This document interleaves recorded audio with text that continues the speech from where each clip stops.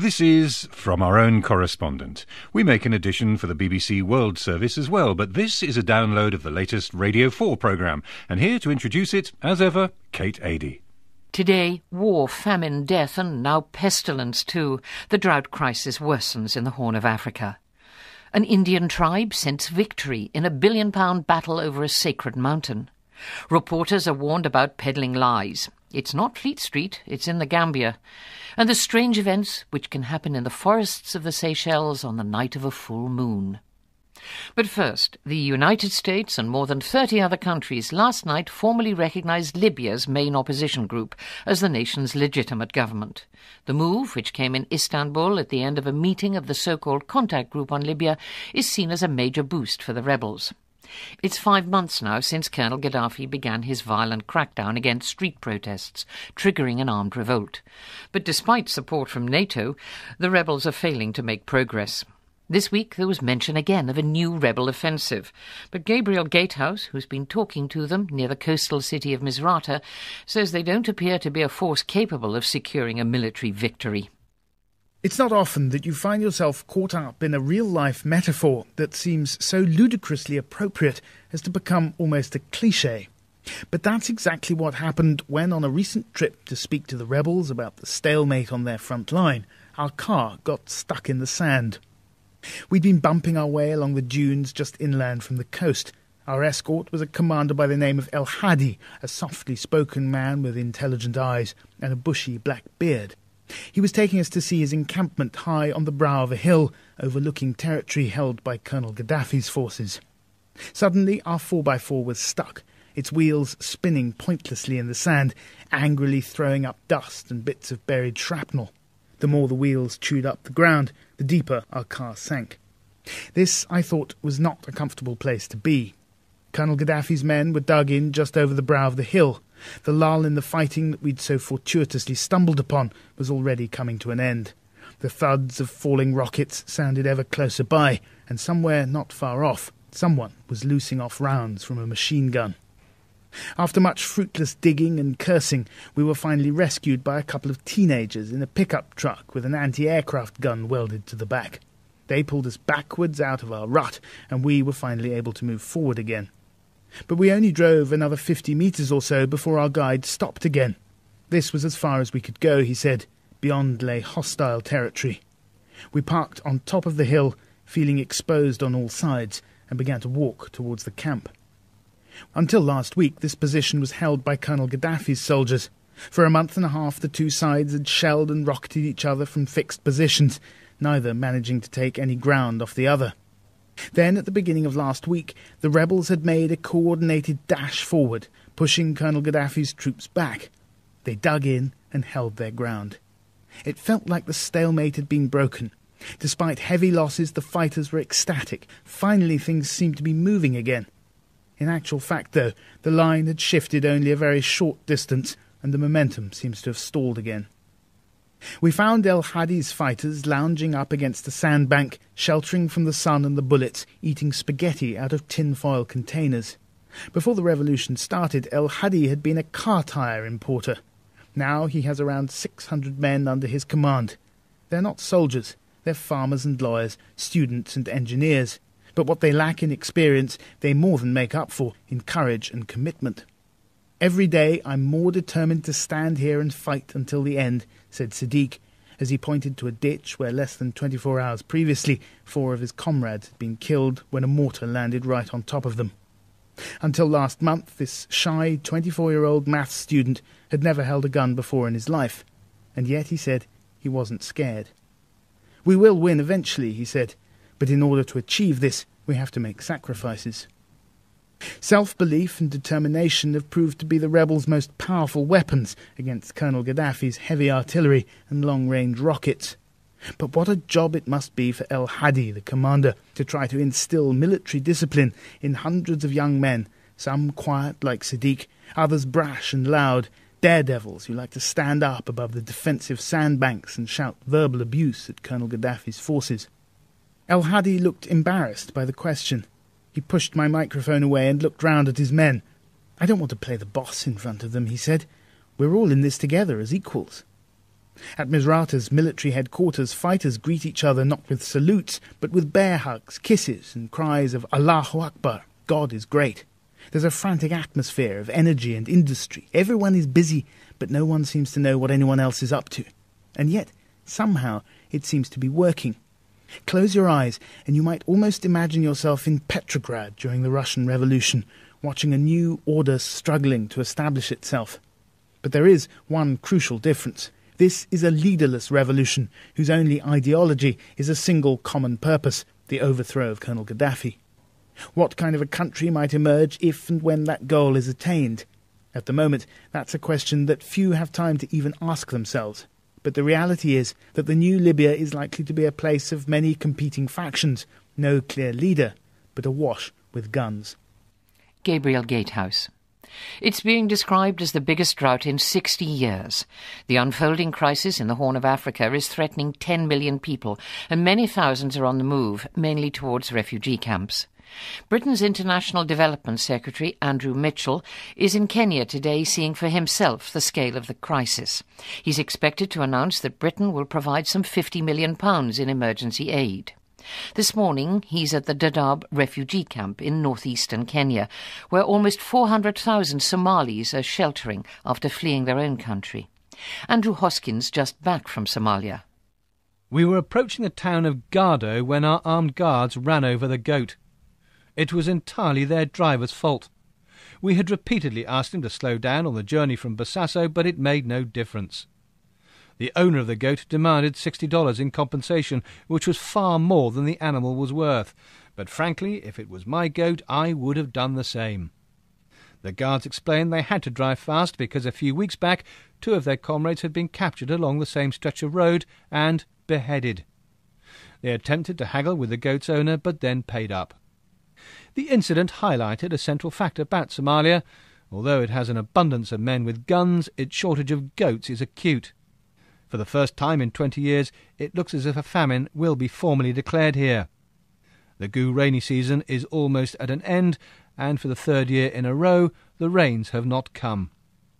At this time of year there should be pasture in Somalia, but there is precious little to be seen. From the air, the country is one large rust-coloured wasteland.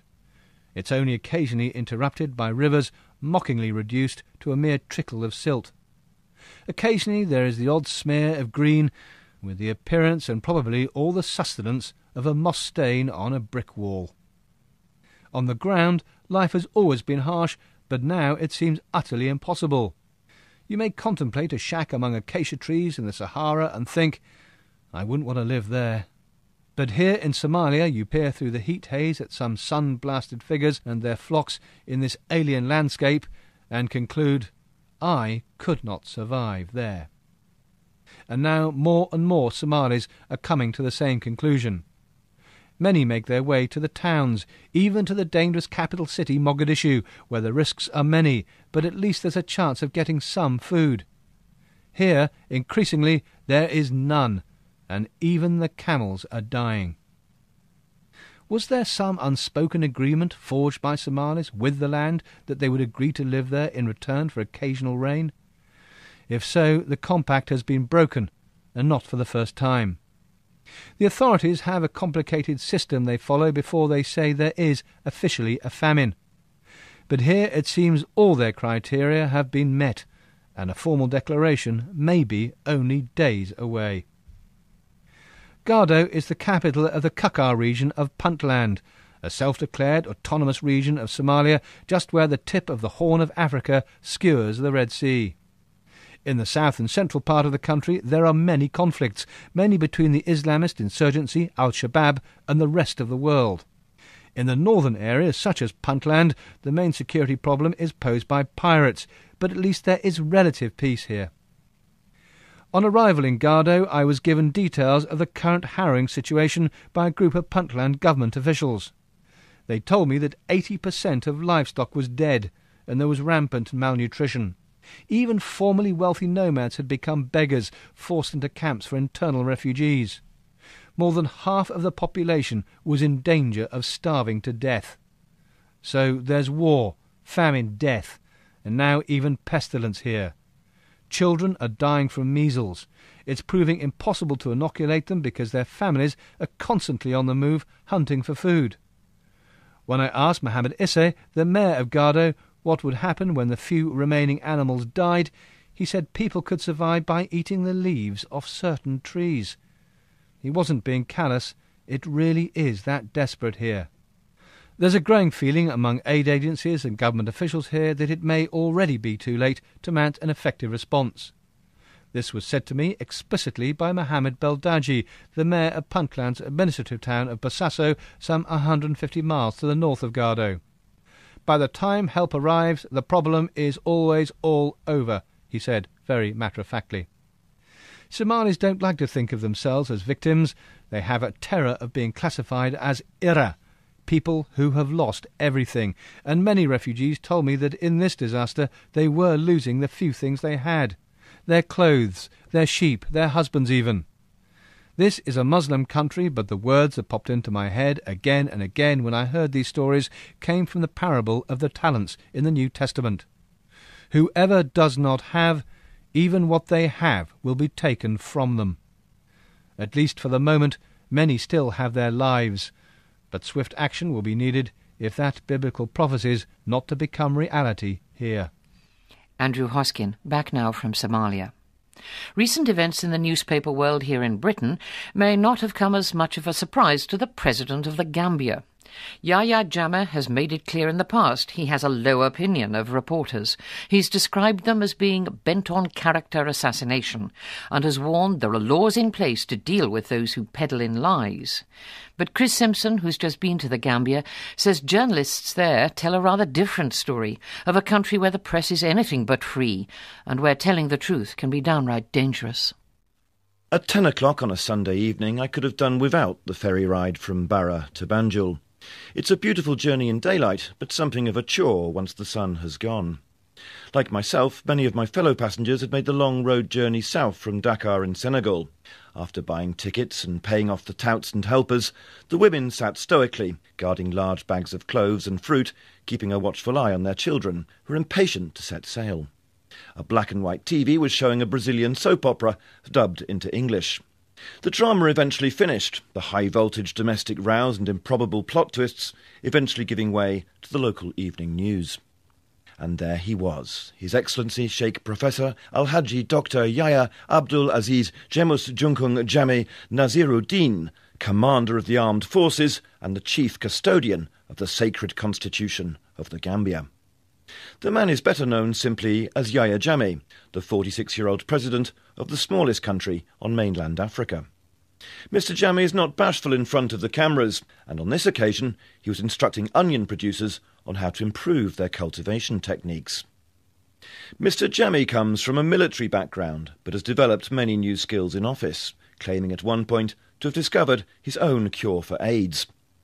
Commentators outside the country often mock this brand of leadership, part quack, part spiritual mentor, part father of the nation.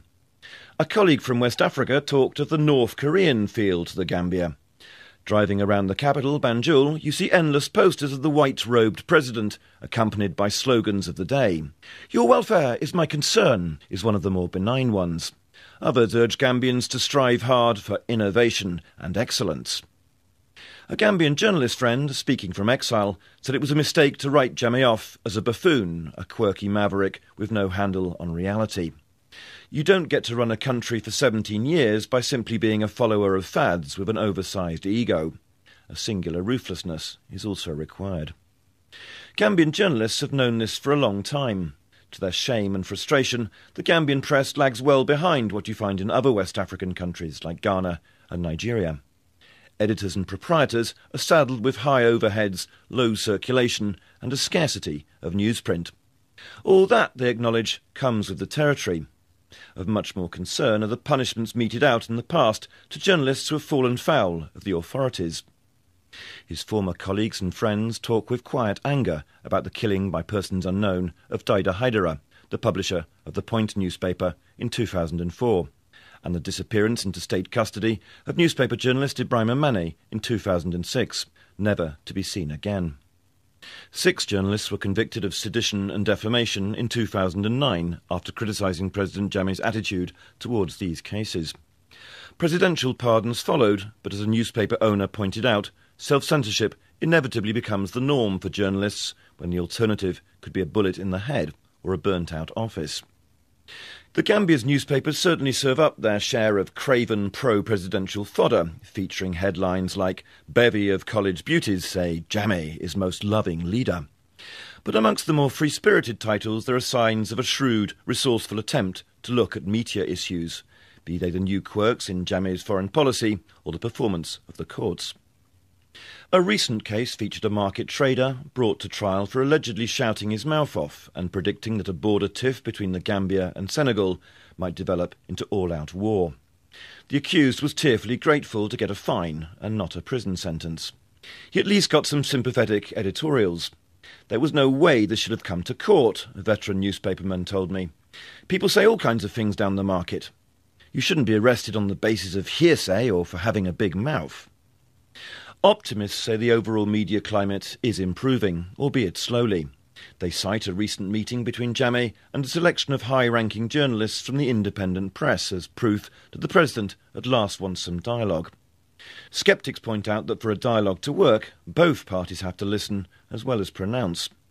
The journalists dutifully requested the repeal of draconian libel laws and raised uncomfortable questions about the maltreatment of their peers. The president told them bluntly, "I will not sacrifice the peace, stability and security of this country at the altar of freedom of expression." And that was Chris Simpson in the Gambia. India's storming economy is good news for many. It's lifting people out of poverty, giving them jobs, better housing, and in some cases, prosperity. But with the development comes an insatiable appetite for resources, for the raw materials gobbled up by the factories which help power the economic boom. Justin Rowlatt, who's been travelling in the east of the country, has been talking to members of one community who are determined to keep the modern world at bay.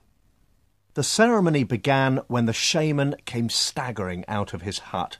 He had splashes of fresh blood daubed on his face and stared blindly as he began a shuffling, swaying dance to the rhythm of the drums. After a few moments, the first woman fell to the ground. She seemed to be having some kind of fit. I watched in the flickering firelight as she jerked spastically on the ground, her legs twisted at an improbable angle underneath her. Seconds later, she lurched up to her feet. Then, bent double at the waist, she began to sway, her feet stamping in rough time, her long black hair hanging down over her head and face.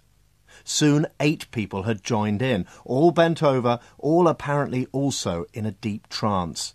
The shaman took up 2 fierce-looking long curved swords, which he waved around in front of him. This was becoming genuinely frightening. We were in an isolated forest clearing deep in the hills of the Indian state of Orissa. I turned towards Lado, the village headman. I was surprised to see he was smiling broadly. He was clearly thoroughly enjoying the festivities, and, I suspected, my discomfiture too. "They have been possessed by gods," he explained. "Maybe the god of the earth, the forest, or Niam Raja, the god of our mountain. Whatever they do now is not them, it is the play of the gods." I was here because the Dongria's traditional way of life has come crashing up against modern India's seemingly insatiable appetite for resources. Niamgiri, the mountain the Dongria people worship and whose spirit apparently possessed the dancers, contains an incredibly rich seam of bauxite, the ore from which aluminium is made.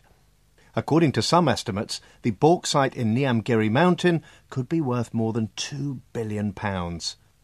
The scale of the threat became apparent when Lado led me on an exhausting 5-hour trek over the mountain. He wanted to show me the £1 billion aluminium processing plant built way down in the valley by a UK-based multinational called Vedanta. Lado described how a couple of years ago one of the vice-presidents of Vedanta had come to the village and offered to pour money into the community if they'd support mining the bauxite in Niamgiri Mountain. Lado said he'd told the company's men, "We don't need your schools, we don't need your houses, and we don't need your road." When they tried to take photos, he threatened to smash their cameras. They left pretty soon after that, Lado told me with a grin. Lado is an easy man to like, and it was hard not to enjoy the pride he felt at having seen off the representatives of this powerful multinational. But in my experience, the apparently inexorable power of money and modernisation almost always wins out against the claims of indigenous people. Nevertheless, as Lado and I talked, I had a sneaking suspicion that the Dongria might just be an exception to the rule. When the aluminium plant was built, it seemed mining the bauxite in Niamgiri Mountain was a done deal. The government of Orissa signed a memorandum of understanding giving permission, and the Indian government assured Vedanta that its vast investment here would be secure. Then Lado and his fellow tribespeople began their campaign and managed to get support from around the world. Soon Vedanta's investment began to seem a lot less safe. Last year, the tribe won an important victory when the Indian Environment Minister ruled that no mining could take place on the mountain. Vedanta is now challenging that decision in the country's Supreme Court. I was keen to hear the company's side of the story, and Vedanta had agreed to an interview. But when they spotted us in town talking with Lado and some other tribal people, they called it off. "It's so difficult for us to get our message across," Tony, Vedanta's spokesman, said plaintively as he explained why the company had changed its mind. I could understand his frustration. Here in Lanjagar, Vedanta has built schools and roads and a modern hospital. It's also created 1,500 jobs. There's no doubt that allowing mining on Niamgiri Mountain would generate a lot more money for people here, but there's also no question that the Dongria have a very strong claim to the land. The problem is that mining the bauxite here might destroy not just the land the Dongria have lived on for centuries, quite possibly millennia, but also their god. I felt rather sorry for Tony and Vedanta. It's very hard to justify destroying someone's god, however compelling your case. Justin Rowlatt in the Indian state of Orissa. The Seychelles, 1,000 miles east of the African mainland, are a botanist's paradise. The islands, there are more than 100 of them, boast several plant species found nowhere else on Earth. When the honeymooning Duke and Duchess of Cambridge left the Seychelles in May, the government there presented them with a souvenir, a coconut, but not just any old coconut. This was a coco de mer, and Tim Eckert has been learning why this rare species has acquired a reputation as a love nut. The forest groans, squeaks and rattles. Even a light breeze causes the giant fronds of the coco de mer trees to rub against one another with a sound like the creaking rigging of an old wooden schooner. Underfoot there's the loud crunching of enormous dead leaves, each about 20 feet square. Here in the Vallée de Mai on Praslin, Seychelles' second largest island, the dominant plant is the coco de mer palm tree. I visited the Vallée de Mai many times in the past 20 years, but each time I go I learn something new. This time I'm accompanied by Dr. Christopher Kaiser Bunbury, an ecologist who studies the networks of life supported by the palms. "There's nowhere on earth like the Vallée de Mai," he enthused as we stepped through the thick, dry leaf litter. "All this dead matter prevents any other plants taking root and competing with the coco de mers. Look how the giant leaves blot out the sky above. They starve all the other plants of light, too. It's almost like they have a strategy." The Vallée de Mai is probably the most visited tourist spot in Seychelles. People flock here to see the coco de mer, partly because it's the biggest seed in the world, a true botanical curiosity, and partly because it's, well, best described as a rude shape. On the tree, the coconut is a giant green orb, but inside, with the outer husk removed, it closely resembles a female human bottom. Not surprisingly, coco de mer nuts sell for high prices, and you need an export permit to take them out of Seychelles, a measure introduced to combat poaching. The erotic connotations of the coco de mer are obvious whether or not you are a royal honeymooner. In China, the meat of the nut is taken as an aphrodisiac, and as if the nut's rotund charms were not enough, the trees themselves are clearly male and female. While the female trees bear the nuts, which grow for about 7 years before they fall, the male trees grow enormous catkins, giant phallus-shaped tubes studded with hundreds of delicate yellow flowers that give off a musky odour. In Seychelles Creole, the fruit is called coco fesse, which crudely translates as bum nut. For Chris Kaiser Bunbury, the charms of the Coco de Mer go well beyond schoolboy humour. What the tourists often don't appreciate, he says as we stand surrounded by the towering palms, is how many other unique species live here, supported by these amazing trees. He shows me giant white slugs crawling along the smooth stems of the leaves, fat brown Coco de Mer snails that sit on the tree trunks, and high up in the palm crowns he spots several bright green geckos that feed off the tree's nectar and flowers. And then, so well camouflaged that I struggle to identify it as an animal at all, we spot a giant bronze gecko found only on the male trees. Several of these creatures, including a breed of fruit fly that lives on the rotting husks of the Coco de Mer, are found nowhere else in the world but here in the Vallée de Mai. The Coco de Mer remains mysterious.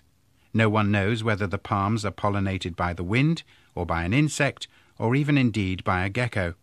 Their lifespan is unknown, some say 500 years or more, and why is it found nowhere else on Earth? The granitic islands of Seychelles are known for their lush green slopes, but the Vallée de Mai is a dry forest, and the leaf litter formed by the dead Coco de Mer leaves is a tinderbox. The Seychelles Islands Foundation, which looks after the Valais, has cut a series of fire breaks along the hillsides. Part of the reason it's so dry is that the palms have evolved their giant leaves to capture as much as 98% of any rain that falls. The leaves funnel the water straight down towards the base of the palm, ensuring that no other plants benefit.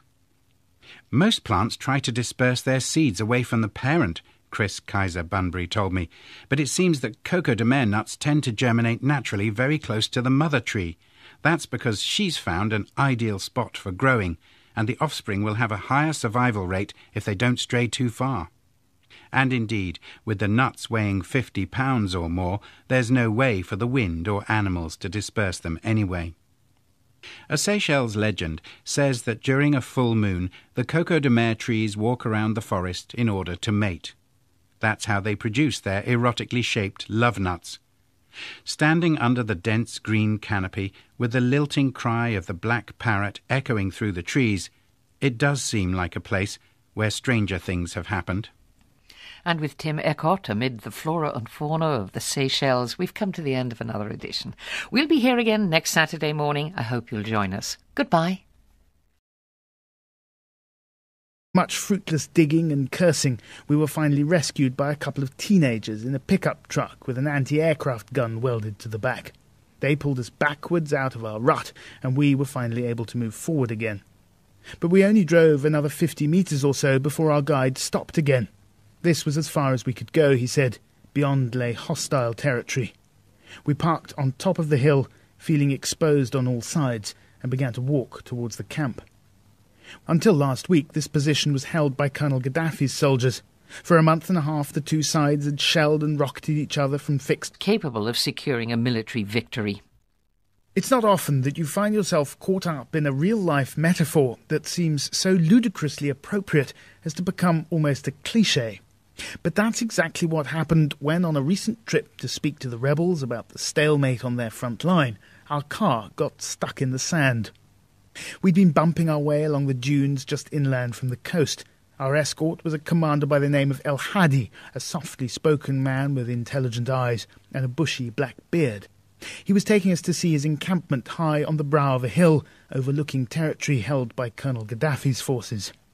Suddenly our 4x4 was stuck, its wheels spinning pointlessly in the sand, angrily throwing up dust and bits of buried shrapnel. The more the wheels chewed up the ground, the deeper our car sank. This, I thought, was not a comfortable place to be. Colonel Gaddafi's men were dug in just over the brow of the hill. The lull in the fighting that we'd so fortuitously stumbled upon was already coming to an end. The thuds of falling rockets sounded ever closer by, and somewhere not far off, someone was loosing off rounds from a machine gun. This is from our own correspondent. We make an edition for the BBC World Service as well, but this is a download of the latest Radio 4 programme, and here to introduce it, as ever, Kate Adie. Today, war, famine, death, and now pestilence too. The drought crisis worsens in the Horn of Africa. An Indian tribe scents victory in a billion-pound battle over a sacred mountain. Reporters are warned about peddling lies. It's not Fleet Street, it's in the Gambia. And the strange events which can happen in the forests of the Seychelles on the night of a full moon. But first, the United States and more than 30 other countries last night formally recognized Libya's main opposition group as the nation's legitimate government. The move, which came in Istanbul at the end of a meeting of the so-called contact group on Libya, is seen as a major boost for the rebels. It's 5 months now since Colonel Gaddafi began his violent crackdown against street protests, triggering an armed revolt. But despite support from NATO, the rebels are failing to make progress. This week there was mention again of a new rebel offensive, but Gabriel Gatehouse, who's been talking to them near the coastal city of Misrata, says they don't appear to be a force